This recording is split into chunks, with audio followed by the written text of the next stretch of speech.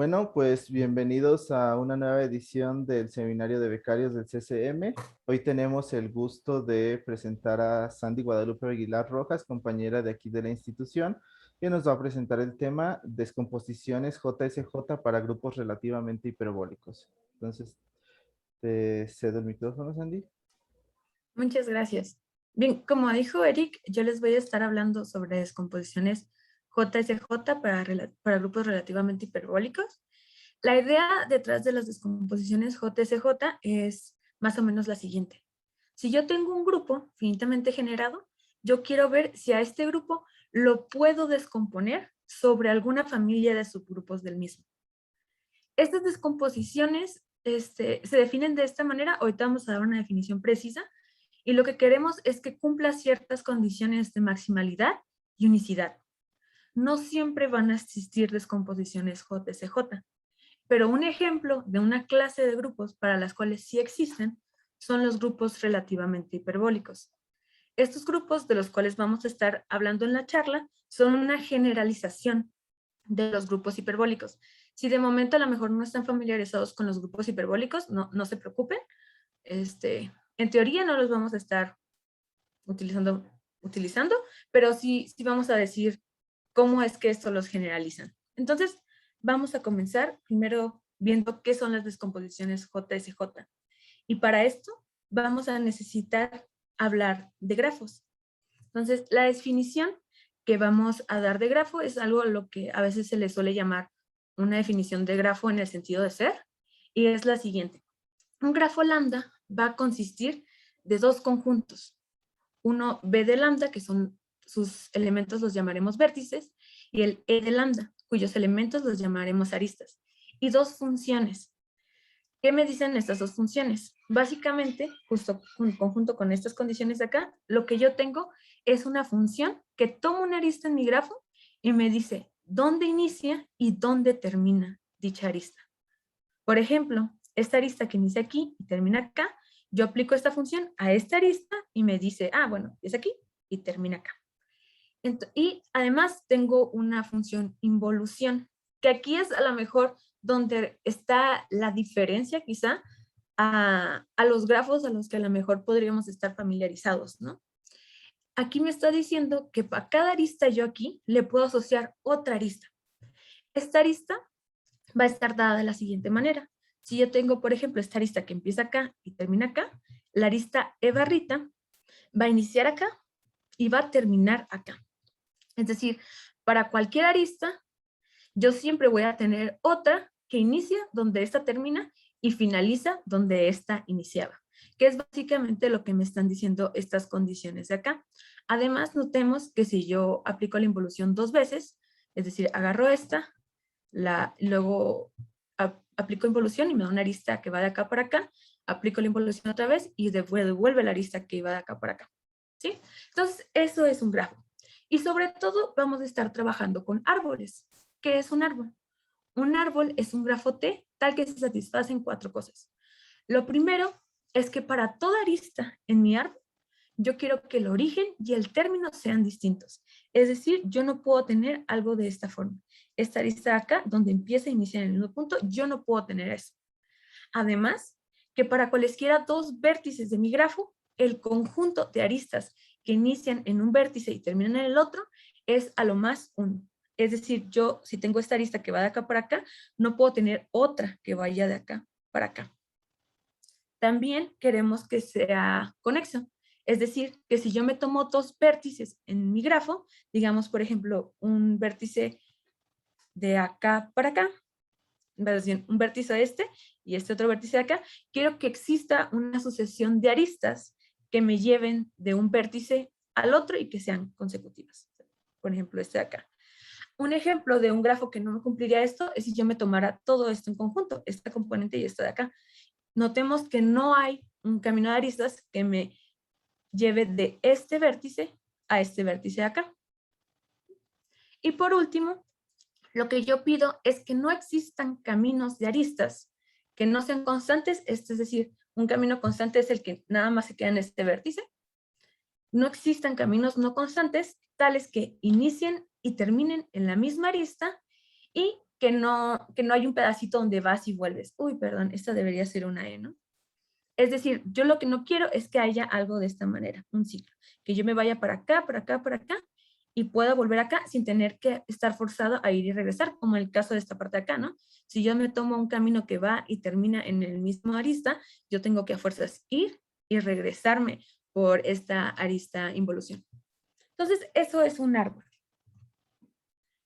Algo que vamos a estar necesitando también va a ser la acción de un grupo en un grafo.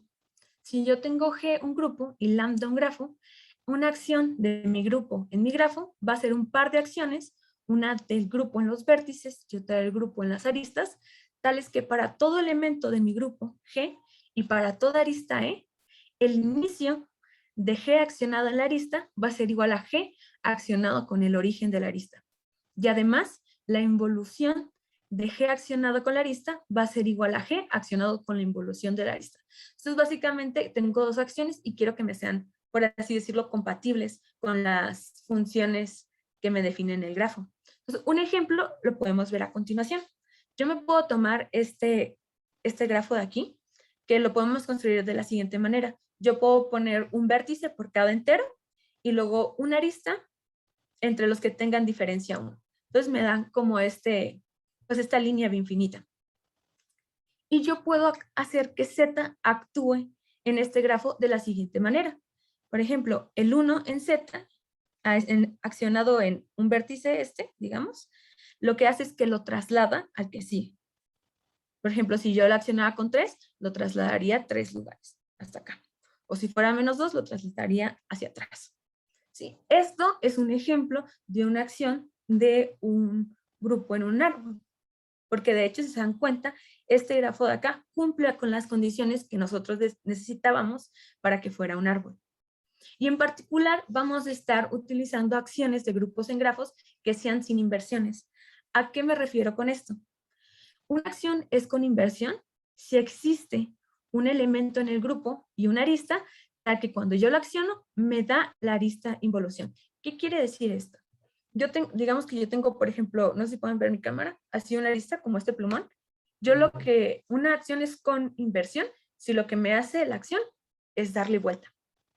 Es decir, si yo, por ejemplo, aquí en mi dibujo, iniciaba en este vértice y terminaba acá, para tener una acción con inversión, va a haber un elemento que mande este vértice acá y este vértice para acá. O sea, básicamente que me le dé vuelta. Y bueno, una acción que no es con inversión, se dice que es una acción sin inversión. Y son justo las acciones que nosotros queremos. Ahora, algo que ya podemos hacer, que a lo mejor ya se imaginaban, dado que teníamos una acción, es ver el cociente. Dado un grupo G y lambda un grafo, tal que mi grupo G actúa en mi grafo, de manera que sin inversiones, yo voy a definir el grafo cociente, que aquí una disculpa, lo puse de este lado, pero pues es la acción izquierda, ¿no? Entonces debería estar un poquito diferente, pero pues lo vamos a definir así. Entonces, este grafo está dado como sigue.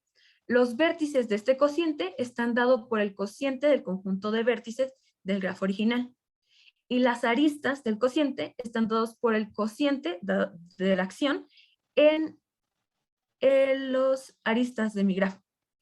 Y bueno, queremos que el inicio y pues la involución también sean compatibles pues con esta clase, ¿no? En el sentido de que la involución de la clase de una arista va a ser la clase de la involución de la arista y el origen de una arista, de la clase de una arista, perdón, va a ser igual a la clase del origen de una arista. Entonces, ¿qué me está diciendo todo esto? Yo tengo mis vértices, voy a tener uno por cada órbita de la acción. Y voy a tener una arista entre dos vértices si existen representantes en las clases que compartan una arista pues en el grafo original, ¿no? Entonces, volviendo a la acción que platicábamos antes, esta acción de Z en este árbol por traslaciones, ¿cómo es que se ve el grafo cociente?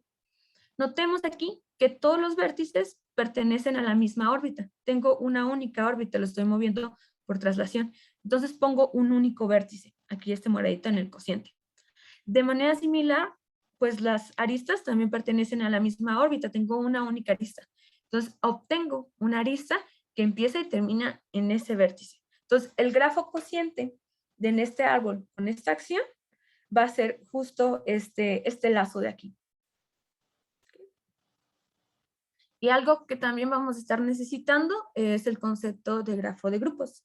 ¿Qué es un grafo de grupos? Un grafo de grupos consiste de 4 cosas. Lo primero que necesitamos es un grafo. Después queremos tener un grupo por cada vértice de mi grafo. A estos grupos los vamos a estar llamando grupos vértices. Y además yo quiero por cada arista un grupo. Y a estos los vamos a estar llamando grupos aristas. Pero además, en estos grupos aristas yo pido que para toda arista en mi grafo, el grupo asociado a esa arista, digamos E, sea igual al grupo de la involución de esta arista, ¿sí? Al grupo de E barrita.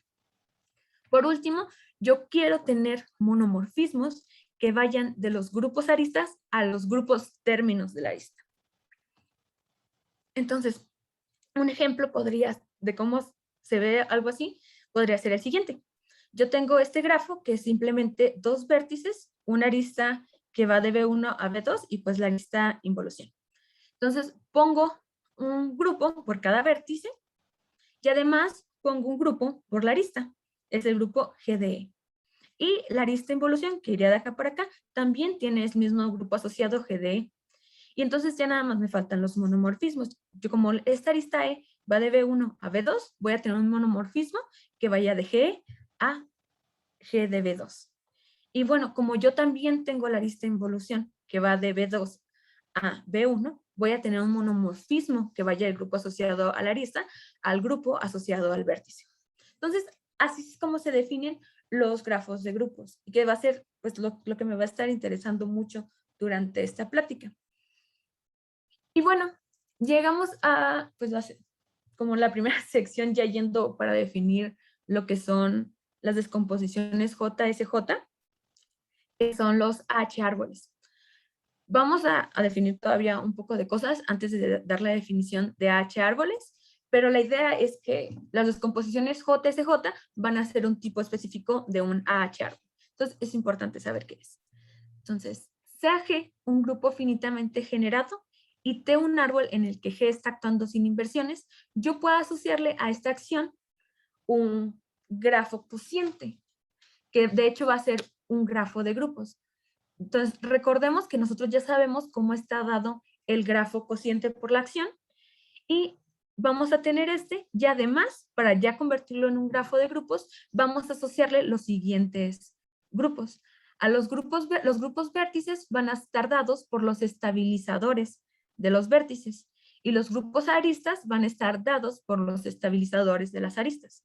Entonces, en el ejemplo que nosotros teníamos Z, actúa aquí, por traslaciones, ya habíamos visto que el grafo cociente está dado de esta manera, un lacito. Entonces, hay que ver cómo están dados ahora los grupos asociados al vértice y a la arista. Entonces, tenemos que ver cuáles son los estabilizadores. Notemos que esta acción, como me está trasladando siempre, el único elemento de Z que me deja el vértice fijo es el 0. Entonces, el grupo que le vamos a estar asociando a este vértice va a ser el grupo trivial. De manera similar, el último elemento de Z que me fija una arista es el 0. Entonces, el grupo asociado a la arista también va a ser el grupo trivial. Y bueno, los monomorfismos están dados por la inclusión, que en este caso sería pues la identidad. Entonces, ya pues es un ejemplo de este tipo de grupos, ¿no? Que de hecho vamos a estar pues utilizando mucho. Y vamos a estar siempre denotándolo por gamma. Vamos a decir que un elemento G en mi grupo es elíptico, en el árbol T, si cuando pues acciono en T, va a fijar un vértice de esto. O sea, si tengo un elemento que fija un vértice del árbol, este elemento es elíptico. De manera similar, yo voy a decir que un subgrupo de G es elíptico si me fija algún grupo del árbol. Notemos aquí que ser elíptico es equivalente a estar contenido en algún conjugado de un grupo vértice de gamma. Y esto es justo porque ¿cuáles son los grupos vértices? Son los estabilizadores. Entonces, si me está fijando un vértice, tiene que estar en el estabilizador de dicho vértice. Y ya podemos definir ahora sí lo que es un AH árbol. vamos a estar considerando siempre H caligráfica un conjunto de subgrupos de G y A caligráfica una colección no vacía de subgrupos de G, tal que me satisface dos cosas. Lo primero es que sea estable bajo conjugación. ¿Qué quiere decir esto? Que si yo me tomo un H en mi colección A caligráfica, entonces cualquier conjugado por un elemento de G de H va a estar también en mi colección A caligráfica. Además, quiero que sea estable bajo toma de subgrupos. Esto quiere decir que si yo me tomo un elemento H en A, cualquier subgrupo de H también va a ser un elemento en esta caligráfica. Entonces, dicho todo esto, y ahora sí vamos a poder definir lo que es un AH árbol. Entonces, yo tengo, como siempre, de un árbol en el cual mi grupo G actúa sin inversiones. Yo voy a decir que T es un A árbol si sus estabilizadores de aristas pertenecen a caligráfica, son elementos de esta colección. Un A árbol va a ser un AH árbol si todo elemento en mi colección H caligráfica es elíptico en T. Es decir, todo elemento en esta colección me va a fijar algún vértice de mi A árbol T. Una pregunta, Sandy, respecto a tu definición anterior. ¿Sí? Ahí pides que, bueno, un árboles y sus estabilizadores pertenecen a, o sea, pero entonces no pides que el conjunto de estabilizadores sea exactamente A, nada más que sea un subconjunto de A. A ver, espera, creo que no entendí la pregunta. ¿Lo O sea, puedes la volver a pregunta es, repetir, tú dices, perdón? ¿no? Que todos los estabilizadores pertenecen a, digamos que el Sí. conjunto de estabilizadores está contenido en A. Ujú. Mi pregunta es si esa inclusión puede ser propia. Pues en principio, sí. Un árbol, sí, se va a definir de manera propia. O sea, simplemente que sus estabilizadores estén en esta colección acaligráfica. O sea, ya Ah, después igual y nos vamos a restringir a algún subconjunto de esta, de esta colección. A lo mejor ya sí va a ser un poco más claro. ok. Va. Gracias. Ok, entonces, algo que se puede corroborar es que un H árbol T satisface que para todo H en mi colección H caligráfica, H va a estar contenido en un conjugado de algún grupo vértice de mi grafo gamma. Y esto es igual porque los grupos vértices son estabilizadores. Y además, el conjunto de H árboles no va a cambiar si yo reemplazo los elementos de H caligráfica por conjugados de estos. Bien, si bien yo les comentaba que las descomposiciones JCJ van a ser una especie de H árbol o un tipo de H árbol, yo necesito tomar sobre los H árboles cierta relación de equivalencia. Esta relación va a estar dada en función de alguna, perdón, valga la redundancia, de alguna función entre árboles. Entonces, para esto, pues vamos a definir cómo está dada una función entre árboles o cómo es que la vamos a estar tomando durante la charla. Entonces, tenemos T y T', dos árboles en los que G actúa sin inversiones, y una función entre árboles se va a definir como una función entre los vértices de estos, tal que la imagen de una arista en el dominio es un camino de aristas en T'. Este camino, notemos que pues puedo mandar entonces una arista a un camino, es decir, podría tener más de una arista, podrían ser 3, 4, 5 las aristas que yo quiera. Incluso podría ser el camino trivial, que sería simplemente mandar una arista a un punto. Esa es la primera cosa que yo le pido. Y la segunda es que mi función sea G equivariante. ¿Qué quiere decir esto? Que para todo elemento G en mi grupo G y todo vértice en mi área del dominio, F evaluado en G accionado en B va a ser igual a G accionado en F de B. ¿Sí? Y esto, como les decía, es para todo grupo G y todo vértice en mi árbol. Entonces, un ejemplo quizá un poco bobo pues de funciones entre árboles es el siguiente. Yo tengo estos dos árboles finitos y tengo un grupo actúa de manera trivial, pues en ambos.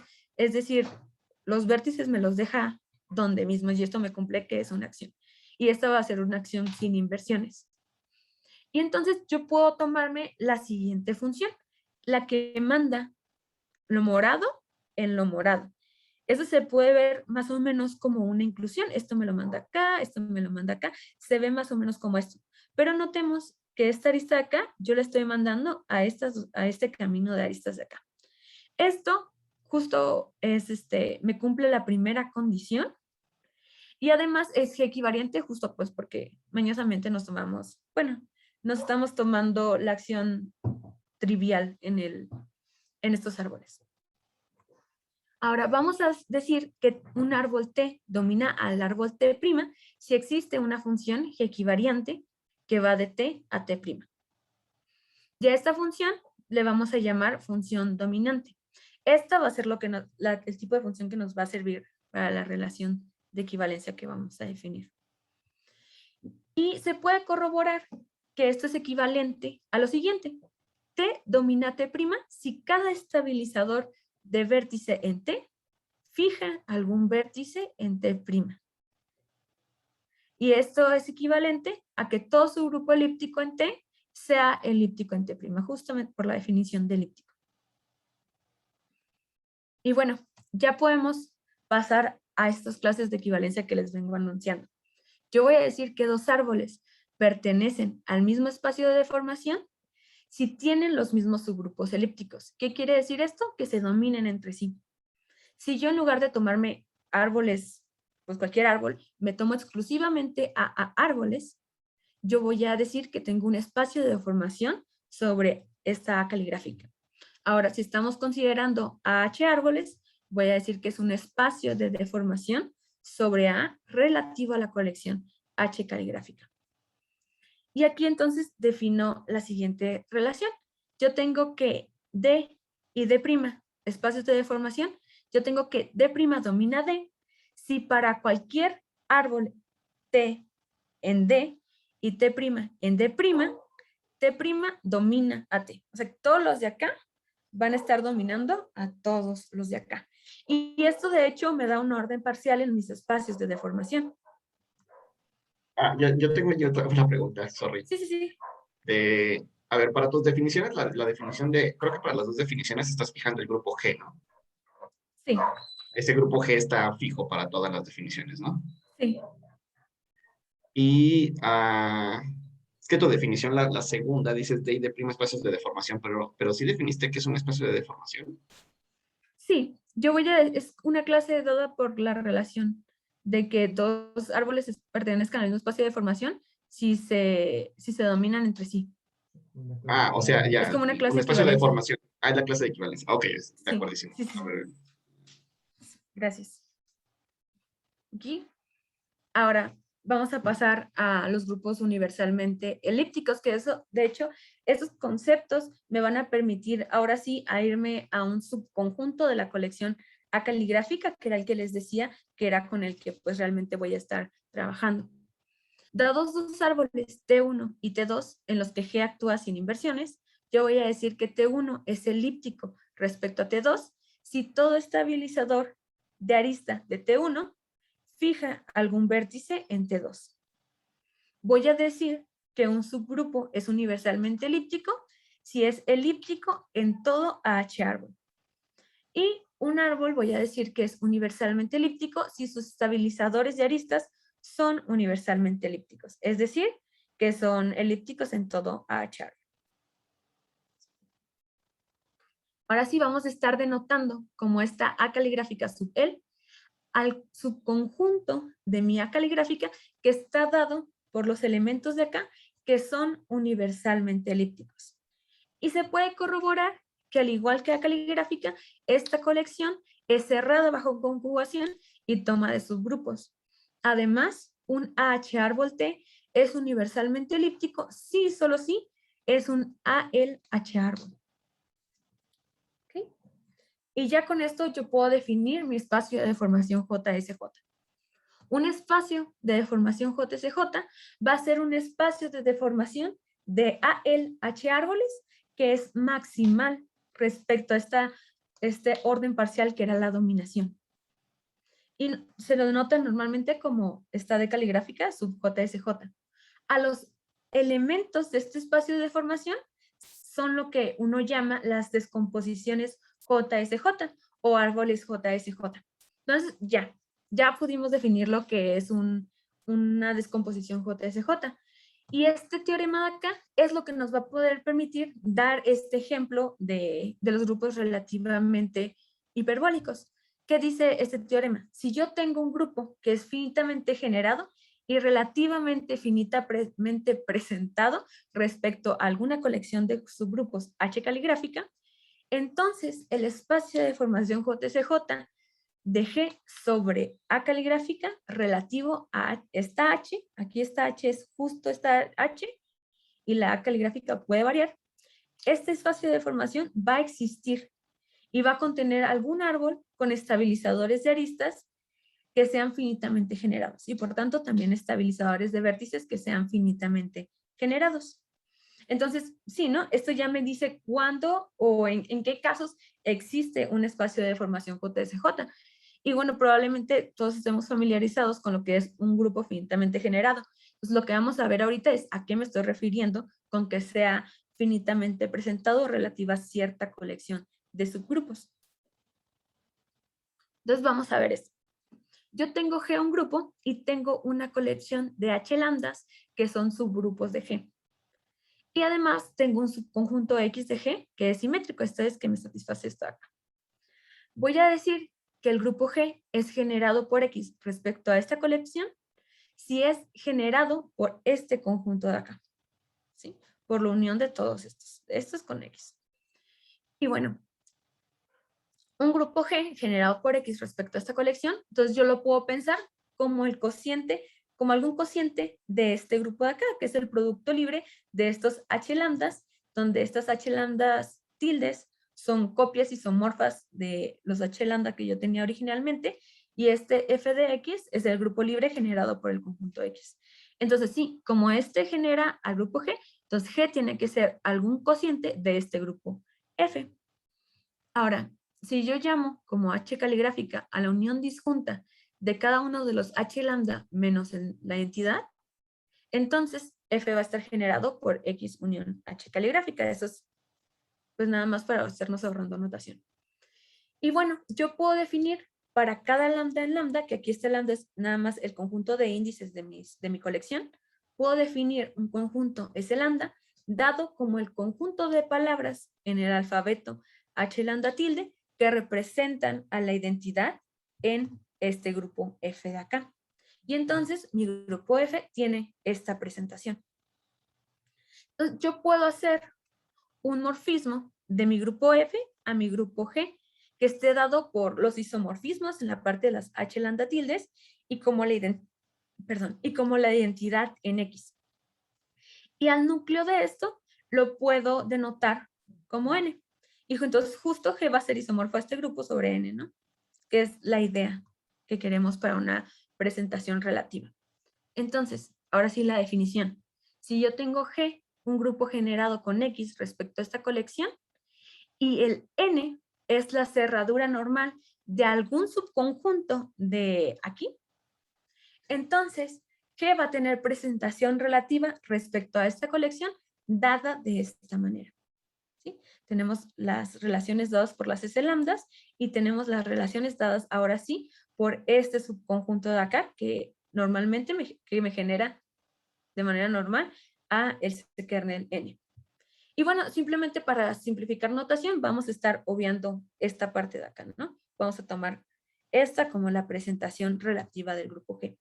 Y bueno, yo voy a decir que G es relativamente finitamente presentado respecto a alguna colección, por ejemplo, estas H lambdas, si yo lo puedo ver con una presentación relativa, de manera que tanto X como esta R caligráfica sean conjuntos finitos. Entonces, ¿se dan cuenta la manera en la que construimos o definimos esta presentación? Es como lo análogo a lo que se hace para las presentaciones usuales, ¿no? Y entonces ya tienes un poco más de sentido quizá el teorema estrellita del que yo les había hablado y que de hecho es lo que me va a estar ayudando para yo poder ver que realmente sí existe un espacio de deformación JSJ para los grupos relativamente hiperbólicos, que es justo a lo que vamos a continuación. Vamos a definir lo que son estos grupos. Hay distintas definiciones de grupos relativamente hiperbólicos Yo ahorita me voy a estar basando en el trabajo de Osin, que pues justo nos va a ayudar para esto. Entonces, comencemos tratando, bueno, definiendo lo que son las funciones de DEN y los vamos a hacer de la siguiente manera. Primero, notamos que si yo tengo un grupo G con presentación relativa, como lo habíamos definido acá, entonces yo puedo representar a cualquier palabra en W que represente la identidad en el grupo de esta manera, como un producto de conjugaciones de elementos en mi R caligráfica, que eran las otras relaciones, ¿no? Donde esta igualdad la estoy tomando en el grupo F. Entonces, yo puedo siempre, cualquier palabra W aquí, que represente el 1 G, puedo encontrar una expresión de esta manera. Y aquí lo que es muy importante, o lo que va a ser muy importante en lo que viene a continuación, es cómo está dado este campo. Esto nos va a poder permitir definir lo que son las funciones isoperimétricas relativas. Una función isoperimétrica relativa de la presentación con la que estamos trabajando respecto a una colección de subgrupos H lambda va a ser una función de los naturales a los naturales, tal que me cumple lo siguiente. Para todo n natural y cualquier palabra W aquí que tenga longitud menor o igual que n y represente el 1 en el grupo, la puedo escribir así como lo veíamos aquí, de manera que K sea menor o igual a F de N. Si yo tengo una función que me cumple estas dos cosas, eso va a ser una función isoperimétrica relativa. Y notemos que si yo estoy trabajando aquí con una colección vacía, es decir, no tengo estas H lambdas, esta definición me coincide con la función isoperimétrica usual. Y bien, a la función isoperimétrica relativa más pequeña es a lo que se le llama la función de DEN relativa de un grupo. Si no existen funciones isoperimétricas relativas finitas, más bien lo que se dice es que la función de DEN relativa no esté bien definida. Y de hecho, estas funciones de DEN relativas es lo que me va a permitir definir lo que es un grupo relativamente hiperbólico. Pero de hecho no la vamos a estar pensando nada más así, sino que la vamos a estar pensando como toda una clase de equivalencia dada por la siguiente relación. Si yo tengo dos funciones, f y g, de los naturales en los naturales, yo digo que f es asintóticamente menor que g si existen constantes c, k y l en los naturales, tal que me satisfagan esta desigualdad de acá. Si yo tengo que f es asintóticamente menor que g y g es asintóticamente menor que f, voy a decir que son asintóticamente equivalentes. Y de hecho, a la función relativa de DEN, o la función de DEN relativa, siempre, o a partir de ahora, la vamos a estar pensando no solo pues como lo que es, sino también como su clase de equivalencia con esta relación. Y ya, entonces ya podemos decir lo que es un grupo relativamente hiperbólico. Ahora sí. Si yo tengo G un grupo y H lambda una colección de subgrupos de G, yo voy a decir que G es hiperbólico relativo a esta colección si es relativamente finitamente presentado respecto a esta colección y la función de DEN relativa de G respecto a esta es lineal. Entonces, notemos, bueno, esa es la definición. Y notemos que esto generaliza el hecho de que yo pueda definir un grupo hiperbólico como un grupo finitamente presentado con función de DEN lineal. Simplemente, o sea, si yo quito la parte relativo y relativo en todo esto y esta colección, me quedo con la definición de un grupo hiperbólico. Entonces, esto realmente sí es una generalización. Entonces, ya sabemos que son descomposiciones con TCJ, ya sabemos que son los grupos relativamente hiperbólicos, entonces vamos a ver que sí es cierto que existen para este tipo de grupos. Y sobre todo, lo que nos va a estar ayudando muchísimo es este teorema, el teorema estrella, porque ya tenemos un grupo que es finitamente relativamente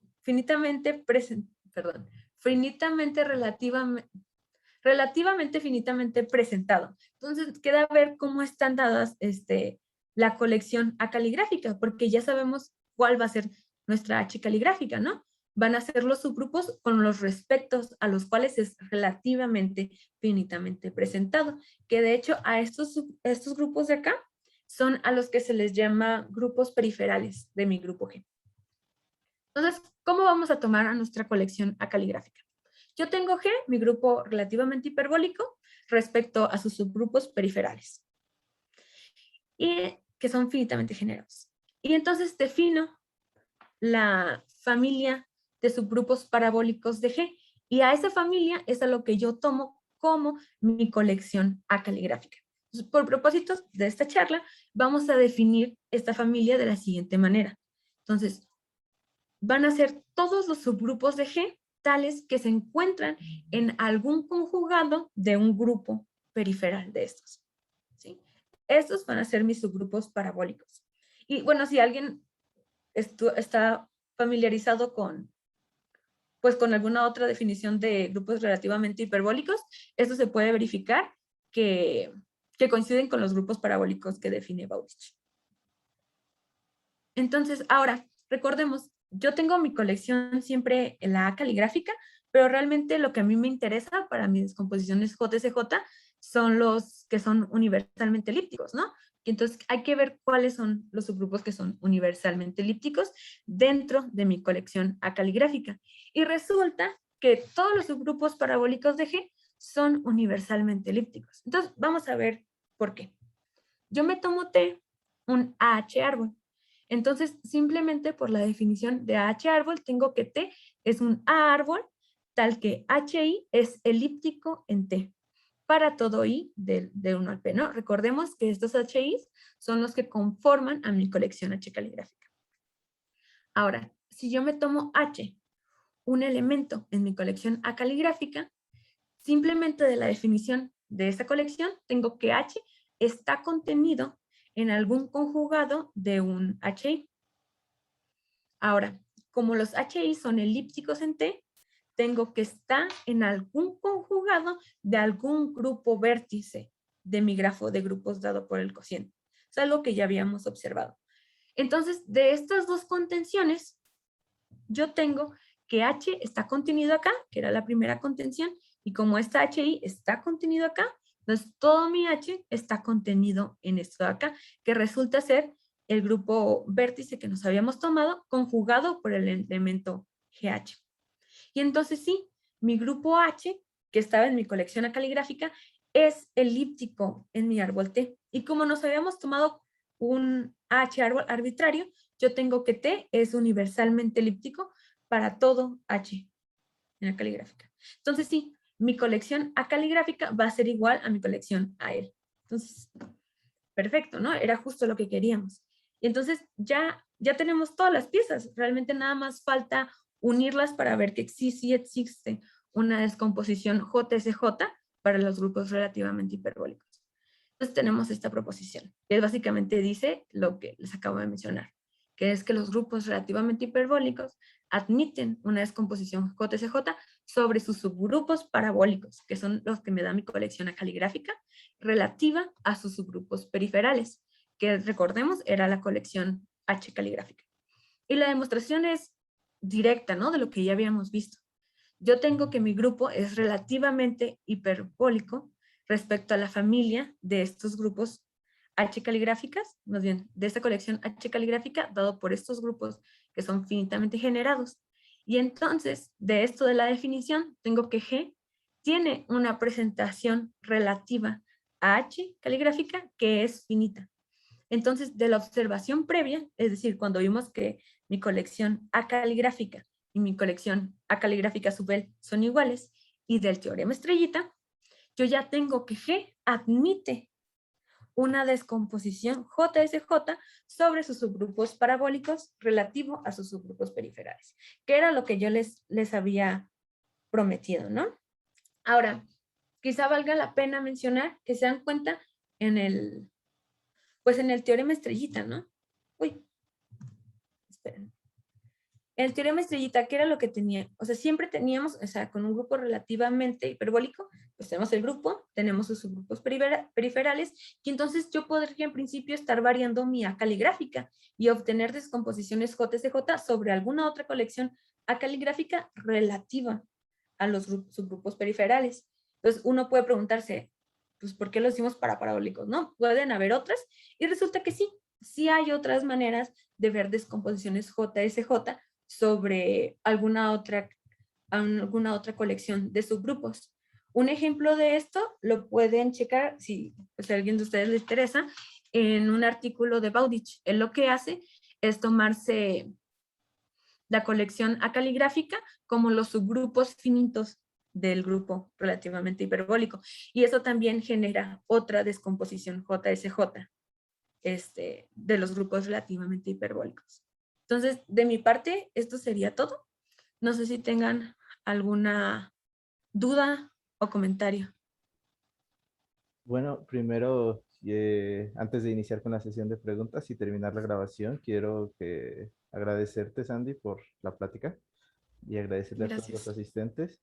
Ahora voy a detener la grabación para iniciar con la parte de las preguntas.